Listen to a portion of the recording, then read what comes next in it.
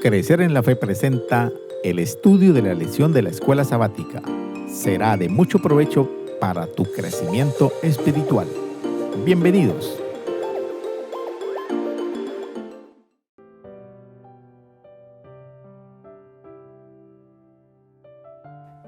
Los salmistas reconocen algunos aspectos muy interesantes que todo ser humano debería reconocer. Reconocen que son espiritualmente pobres, que no tienen nada bueno para ofrecer a Dios, que no tienen nada en sí mismos que los recomiende ante el santo trono de Dios. Ante esta condición, la única esperanza para la humanidad está en las buenas noticias del Evangelio, en las buenas noticias de Jesús. Los salmos subrayan el hecho de que la humanidad para su salvación depende solo del amor de Dios. El amor de Dios está revelado en las Escrituras en dos palabras: la gracia, la misericordia. La palabra gracia proviene del griego charis. Significa favor o bondad, especialmente si no ha sido ganada ni merecida, de ahí que la gracia es un favor inmerecido. La palabra misericordia proviene de varios términos hebreos: raksham, hanan, Gesed.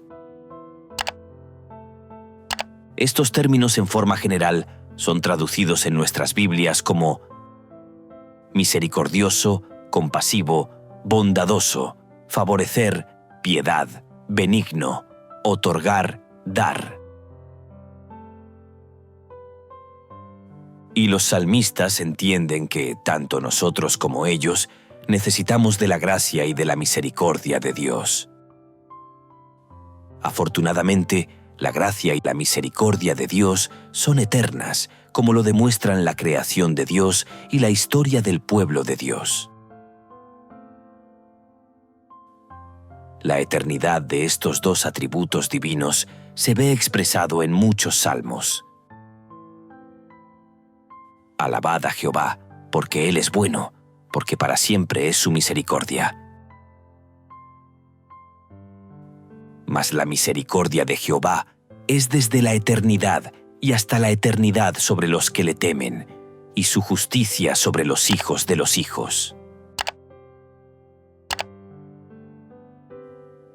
Ante el Dios eterno, la vida humana es tan efímera como la hierba. Pero Dios se compadece de los seres humanos y renueva sus fuerzas. Como el Padre se compadece de los hijos, se compadece Jehová de los que le temen. Dios no solo se compadece de nosotros, sino que también nos brinda la promesa de la eternidad. ¡Qué alegría! Es para nosotros saber que tenemos un Padre celestial compasivo. Como pueblo de Dios, debemos consolarnos por el hecho de que el Señor es fiel a su pacto y muy pronto cumplirá todo lo que nos ha prometido. Las súplicas del antiguo pueblo de Israel, aunque a veces eran apremiantes, suelen estar llenas de esperanza, porque se dirigen a un ser eterno, todopoderoso y compasivo. En este video y en las diferentes secciones estudiaremos sobre el amor de Dios hacia su pueblo. Analizaremos cómo las nuevas experiencias sobre la gracia y la misericordia de Dios, vividas por los salmistas, fortalecen su determinación de adorar y servir a Dios, a nadie ni a nada más. Y este estudio lo haremos mediante los siguientes puntos. Primero, su amor es para siempre. Segundo, crea en mí un corazón limpio. Tercero, Señor, si miraras los pecados. Cuarto, alabanza al Dios majestuoso y misericordioso. Quinto, no olvides ninguno de sus beneficios.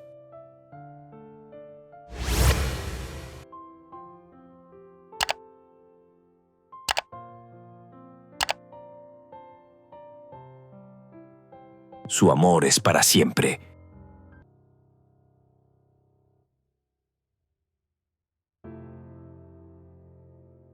Al leer el Salmo 136, encontramos lo siguiente.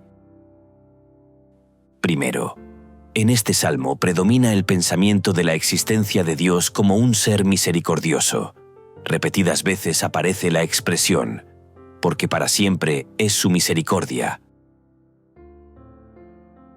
Segundo, en el salmo no solo predomina ese pensamiento, sino que además muestra pruebas de la misericordia de Dios.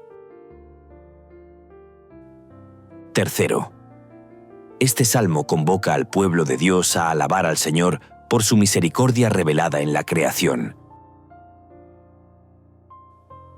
Alabad al Señor de los señores, porque para siempre es su misericordia. Al único que hace grandes maravillas, porque para siempre es su misericordia. Al que hizo los cielos con entendimiento, porque para siempre es su misericordia. Al que extendió la tierra sobre las aguas, porque para siempre es su misericordia. Al que hizo las grandes lumbreras, porque para siempre es su misericordia. Cuarto, este salmo convoca al pueblo de Dios a alabar al Señor por su constante intervención en la historia de Israel. El sustantivo misericordia, usado en el Salmo 136, es el hebreo Hesed. Significa amor inalterable. Este término hebreo transmite la bondad y la lealtad de Dios hacia su creación y hacia su pacto con Israel. El Salmo muestra que el inmenso poder y la magnificencia de Dios se basan en su amor inquebrantable. En los primeros versículos del Salmo 136 encontramos un modismo hebreo. ¿Sabes qué es un modismo hebreo? Un modismo hebreo es una expresión idiomática o una construcción gramatical peculiar en hebreo que puede no tener una traducción o significado literal directo. Veamos el siguiente modismo. El Señor es el Dios de los dioses y el Señor de los señores. Este modismo hebreo significa que nuestro Señor es el Dios más grande, no porque haya otros dioses, sino porque Él es el único Dios.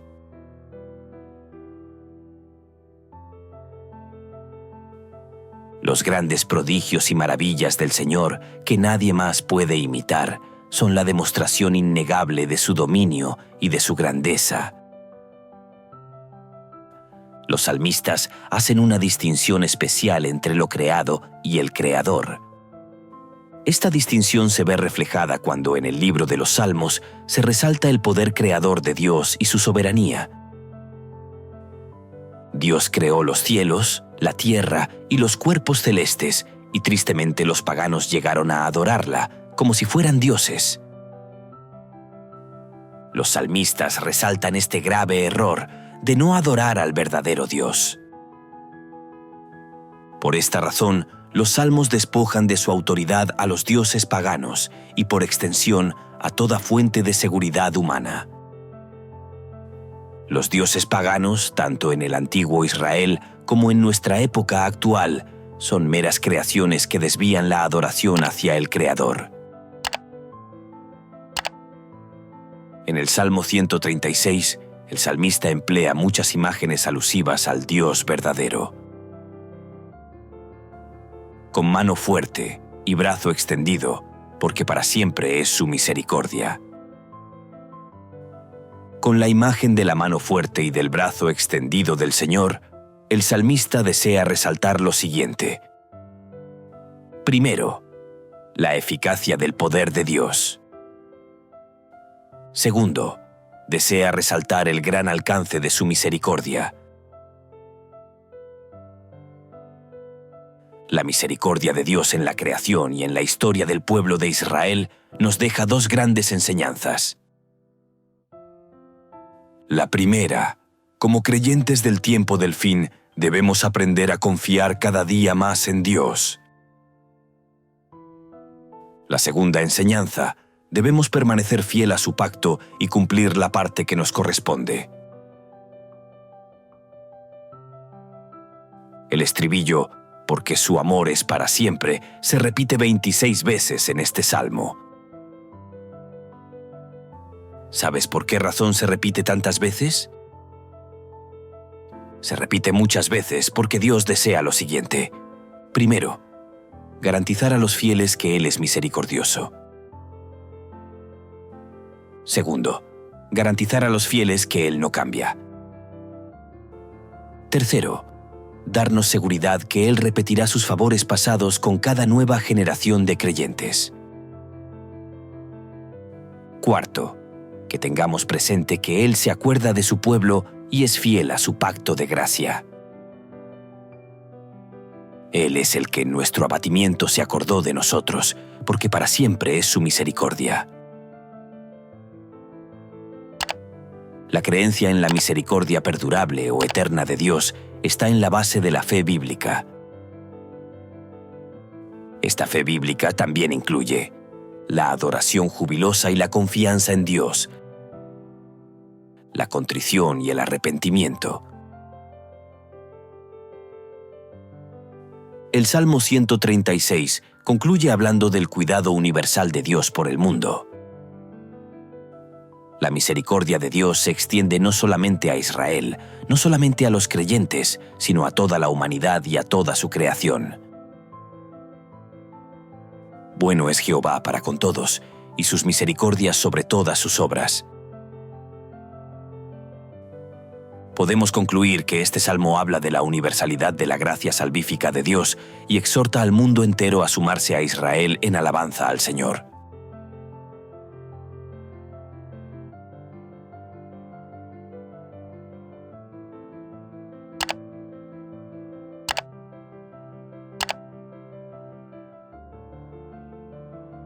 Crea en mí un corazón limpio.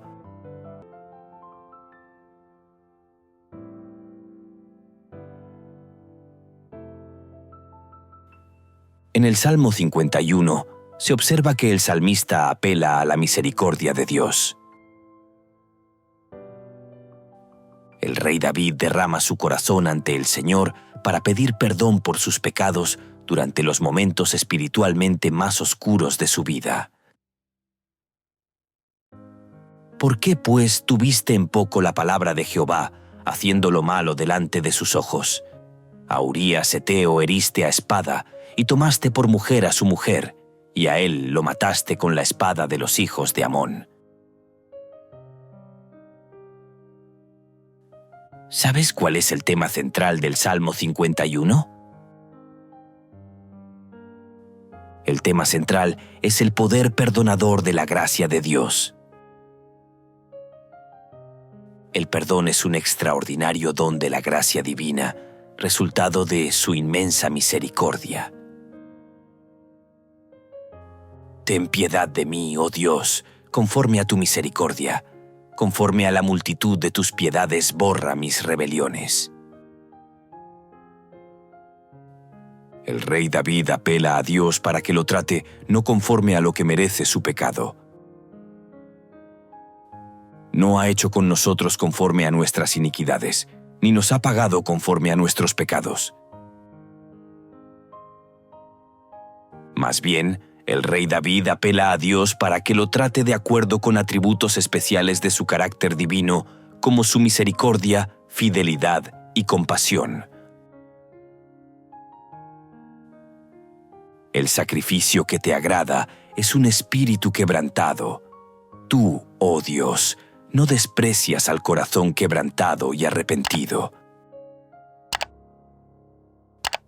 En el Salmo 51 se describe el objetivo principal del perdón de los pecados. El objetivo principal del perdón divino es restaurar y sanar nuestra relación con Dios. El perdón divino implica lo siguiente. Primero, el perdón divino es una proclamación legal de inocencia del hombre ante Dios. Segundo, es un cambio profundo o transformación que alcanza lo más íntimo del ser humano, es decir, es una nueva creación. Crea en mí, oh Dios, un corazón limpio y renueva un espíritu recto dentro de mí. El verbo crear, usado en el Salmo 51, es el hebreo bará. Este verbo describe el poder creador divino manifestado en la creación de este mundo. El hebreo bará describe una actividad propia de Dios, nunca de los hombres. Dios es el único que crea a partir de la nada. Solamente Dios puede producir un cambio radical y duradero en el corazón de la persona arrepentida, como lo expresa el apóstol Pablo. De modo que si alguno está en Cristo, nueva criatura es. Las cosas viejas pasaron, he aquí todas son hechas nuevas. Porque somos hechura suya, creados en Cristo Jesús para buenas obras, las cuales Dios preparó de antemano para que anduviésemos en ellas.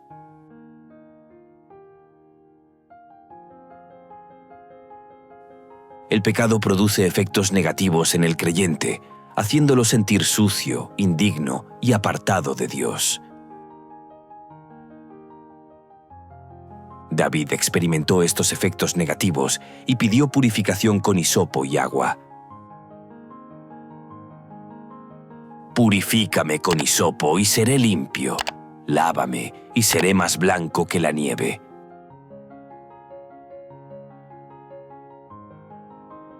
¿Sabes qué es el hisopo? El hisopo era una planta usada en ceremonias de purificación según la ley levítica. David siente que su culpa lo mantiene desterrado y apartado de la presencia del Señor, similar a cómo el leproso es desterrado de la comunidad mientras está impuro.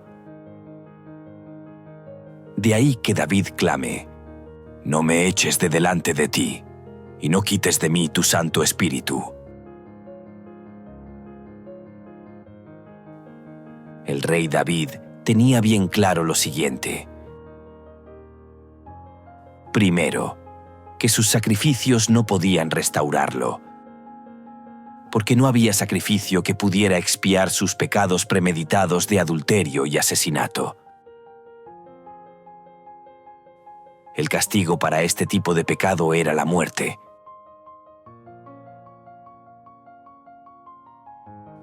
Si un hombre cometiere adulterio con la mujer de su prójimo, el adúltero y la adúltera indefectiblemente serán muertos.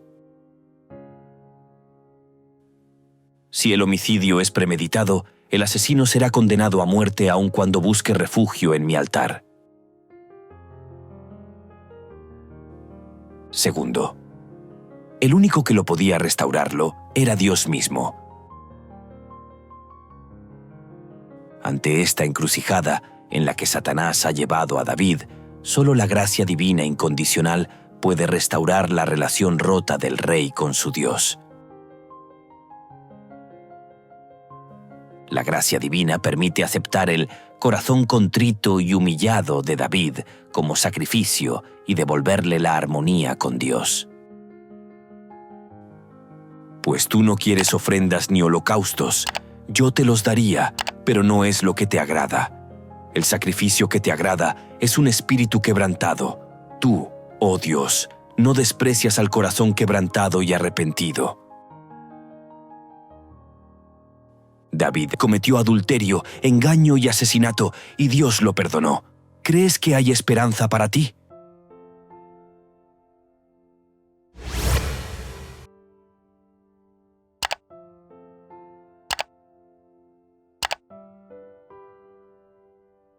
Señor, si miraras los pecados.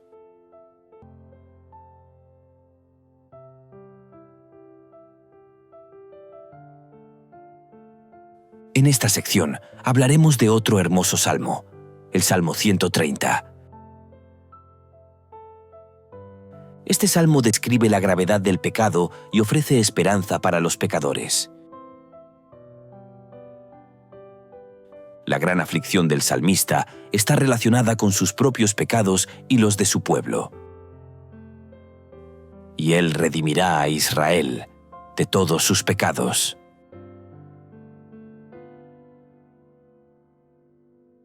Los pecados del pueblo son tan graves que amenazan con separarlo de Dios para siempre. Las Escrituras hablan de los registros de los pecados y la necesidad de arrepentirse de ellos.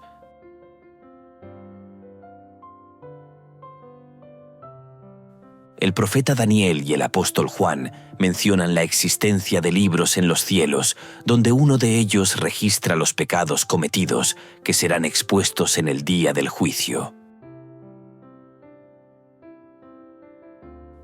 Un río de fuego procedía y salía de delante de él.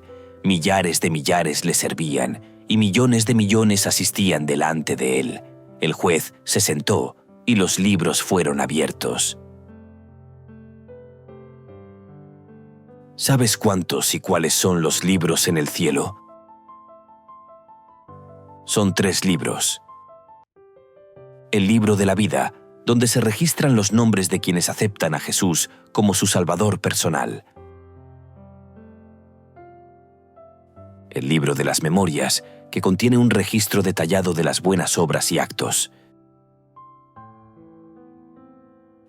El libro de los pecados. Y vi a los muertos, grandes y pequeños, de pie ante Dios, y los libros fueron abiertos, y otro libro fue abierto, el cual es el libro de la vida, y fueron juzgados los muertos por las cosas que estaban escritas en los libros, según sus obras.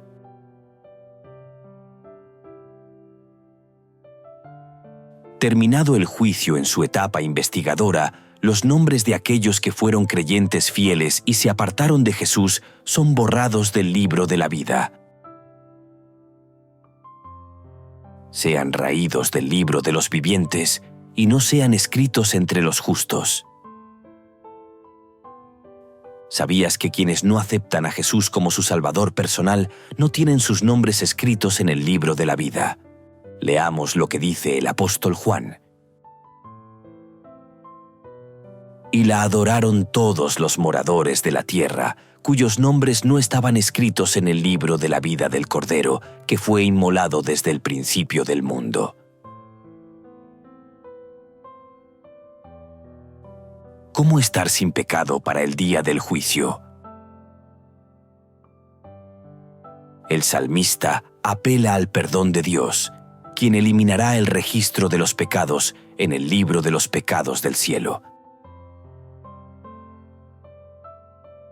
Ten piedad de mí, oh Dios, conforme a tu misericordia, conforme a la multitud de tus piedades, borra mis rebeliones. El verbo borrar, usado en el Salmo 51, es el hebreo makah. Este término significa borrar, destruir, deshacer. Cuando Dios perdona, con seguridad borrará nuestros pecados, para siempre.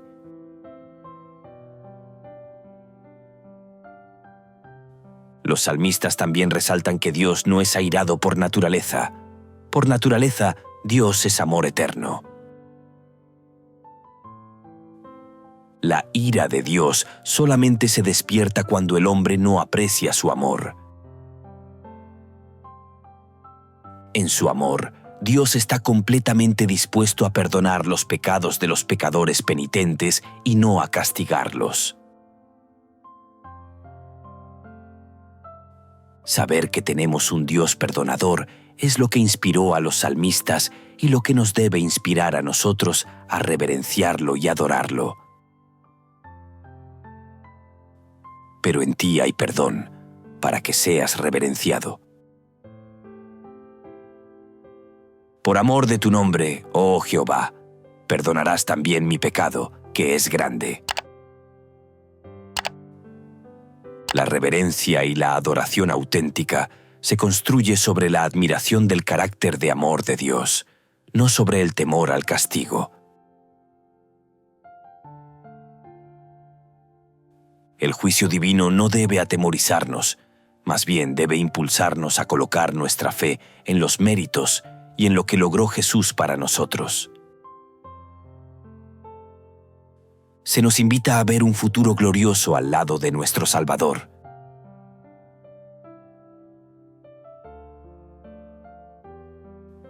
Por esta razón, los hijos de Dios somos llamados a esperar confiadamente en el Señor. Aguarda a Jehová, esfuérzate y aliéntese tu corazón. Sí, espera a Jehová. Espera en Jehová y guarda su camino, y Él te exaltará para heredar la tierra. Cuando sean destruidos los pecadores, lo verás. El verbo esperar, utilizados en estos dos salmos, proviene de la palabra hebrea lekabot. Significa esperar o confiar. La palabra hebrea lekabot podría significar etimológicamente estirarse, y es la raíz de la palabra hebrea para esperanza.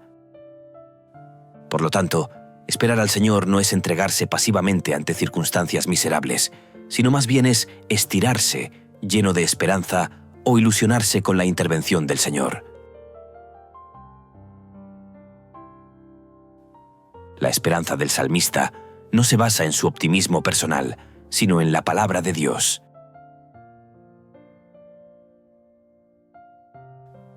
Esperé yo a Jehová, esperó mi alma, en su palabra he esperado.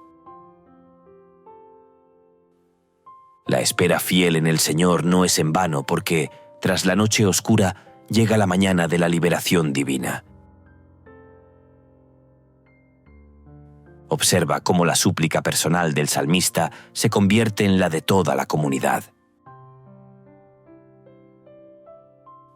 Mi alma espera a Jehová, más que los centinelas a la mañana, más que los vigilantes a la mañana. Espere Israel a Jehová, porque en Jehová hay misericordia y abundante redención con él, y él redimirá a Israel de todos sus pecados. Recuerda, el bienestar personal y el de todo el pueblo o de toda la iglesia son inseparables. Por ende, no oramos únicamente por nosotros mismos, sino por la comunidad. Como creyentes formamos parte de una comunidad y lo que impacta en una parte de ella repercute en todos.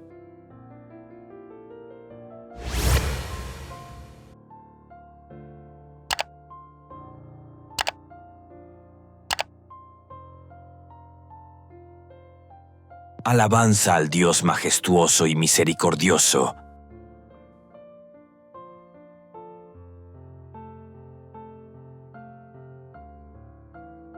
En los Salmos 113 y el 123 se describen dos aspectos diferentes del carácter de Dios: la majestad y la misericordia.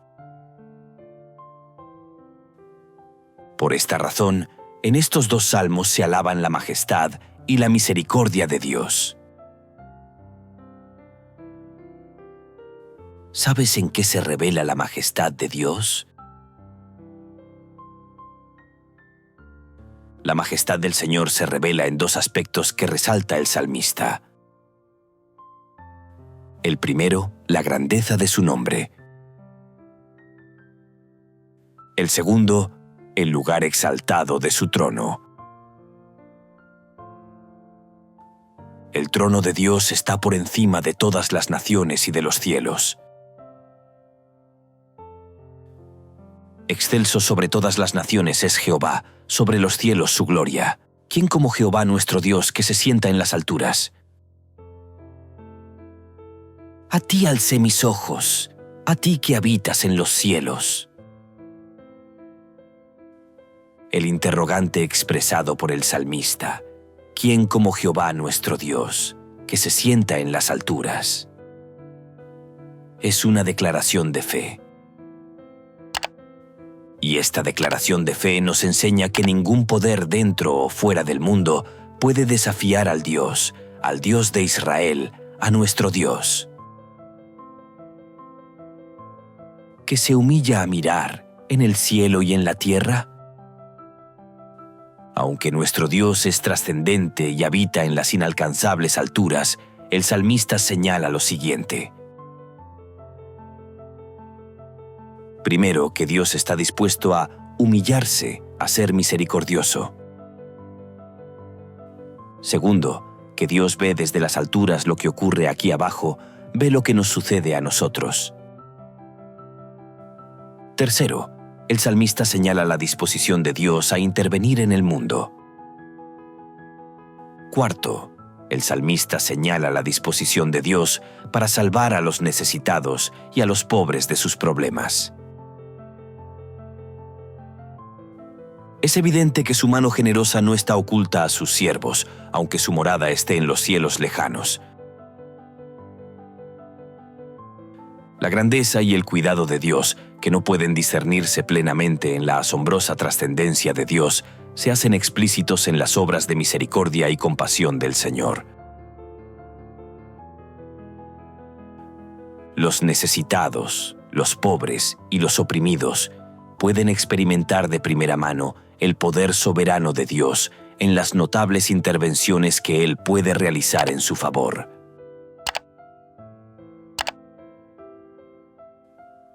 El Dios exaltado manifiesta su grandeza al utilizar su poder para exaltar a los abatidos.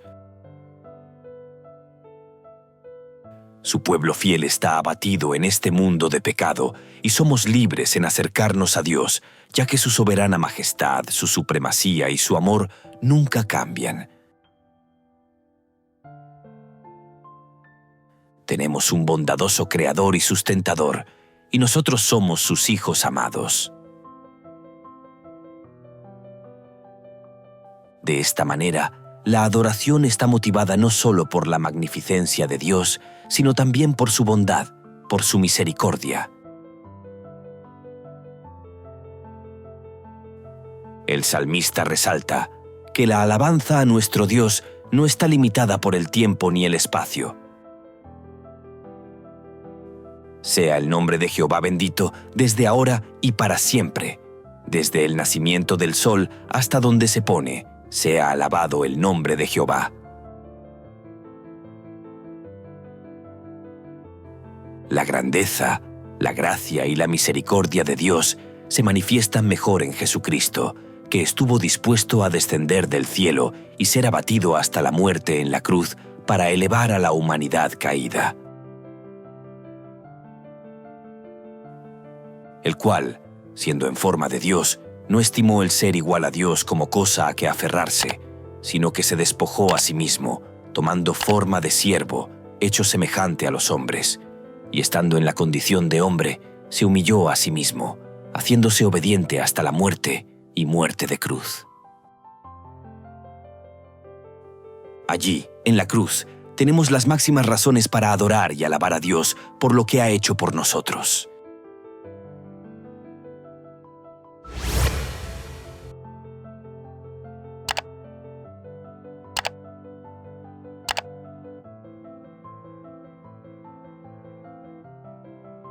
No olvides ninguno de sus beneficios.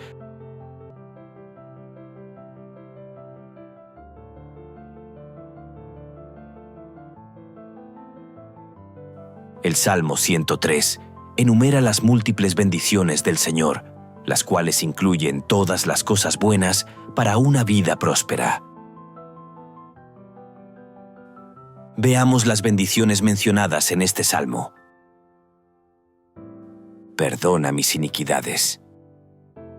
Sana mis dolencias. Rescata del hoyo mi vida. Me corona de favores y misericordias. Me sacia de bien. Me rejuvenece. Hace justicia cuando padezco violencia. Me hace conocer sus planes. Me ama y no se aira contra mí. No me paga conforme a mi pecado. No se acuerda de mis pecados.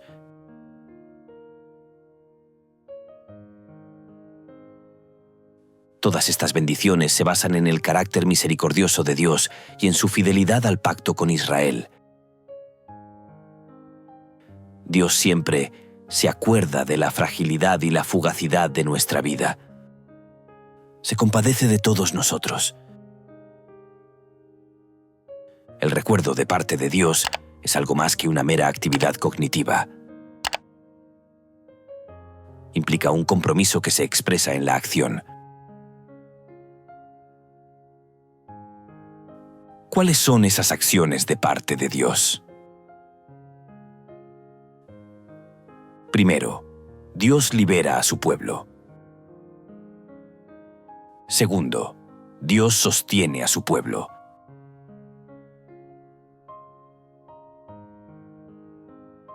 Las poderosas imágenes del Salmo 103 ilustran la inconmensurable grandeza de la gracia de Dios, comparable solo con la infinita inmensidad de los cielos, como expresó el profeta Isaías. Como son más altos los cielos que la tierra, así son mis caminos más altos que vuestros caminos, y mis pensamientos más que vuestros pensamientos.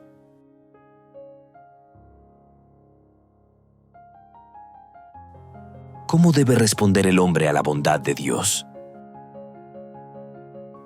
El hombre debe responder a la bondad de Dios de dos maneras. En primer lugar, bendiciendo al Señor. En segundo lugar, recordando todos sus beneficios y su pacto.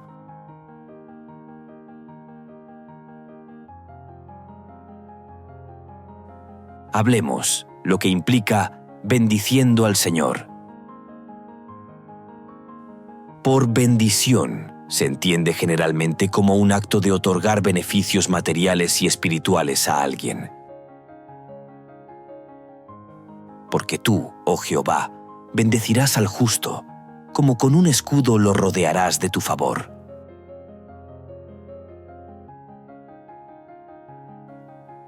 Dado que Dios es la fuente de todas las bendiciones, ¿cómo pueden los seres humanos finitos bendecir al Dios infinito?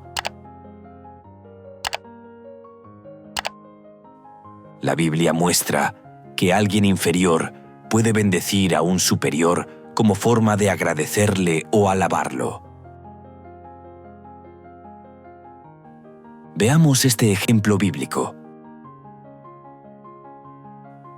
En aquel tiempo Salomón hizo fiesta, y con él todo Israel, una gran congregación. Y al octavo día despidió al pueblo, y ellos, bendiciendo al rey, se fueron a sus moradas alegres y gozosos de corazón. Según la experiencia del rey Salomón y su pueblo, podemos concluir lo siguiente. Primero, Dios infinito bendice a las personas confiriéndoles el bien. Segundo, las personas finitas y limitadas bendicen a Dios alabando el bien que hay en Él, es decir, reverenciándolo por su carácter misericordioso.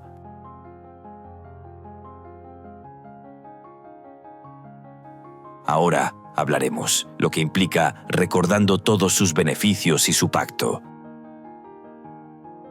Al igual que Dios recuerda la débil condición humana y el pacto con su pueblo. Recordar es un aspecto esencial de la relación entre Dios y su pueblo. Del mismo modo que Dios recuerda sus promesas al pueblo, el pueblo debe recordar la fidelidad de Dios y responderle con amor y obediencia. Con esta idea en mente, terminaremos esta sección con un pensamiento inspirado de Elena de White. Sería bueno que cada día dedicásemos una hora de reflexión en la contemplación de la vida de Cristo.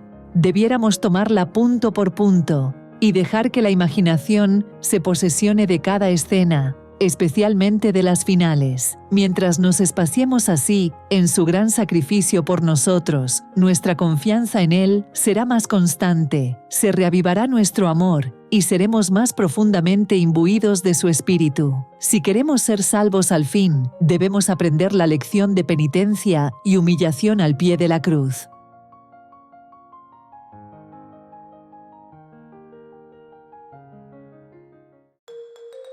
Crecer en la Fe les invita y les motiva a seguir estudiando las Sagradas Escrituras a través de este material. Y recuerda suscribirte a nuestro canal, comentar, compartir, activar la campanita y darle like. Esto será de gran ayuda para el crecimiento de nuestro ministerio y así poder llegar a muchas personas más. Gracias por tu apoyo. Dios te bendiga.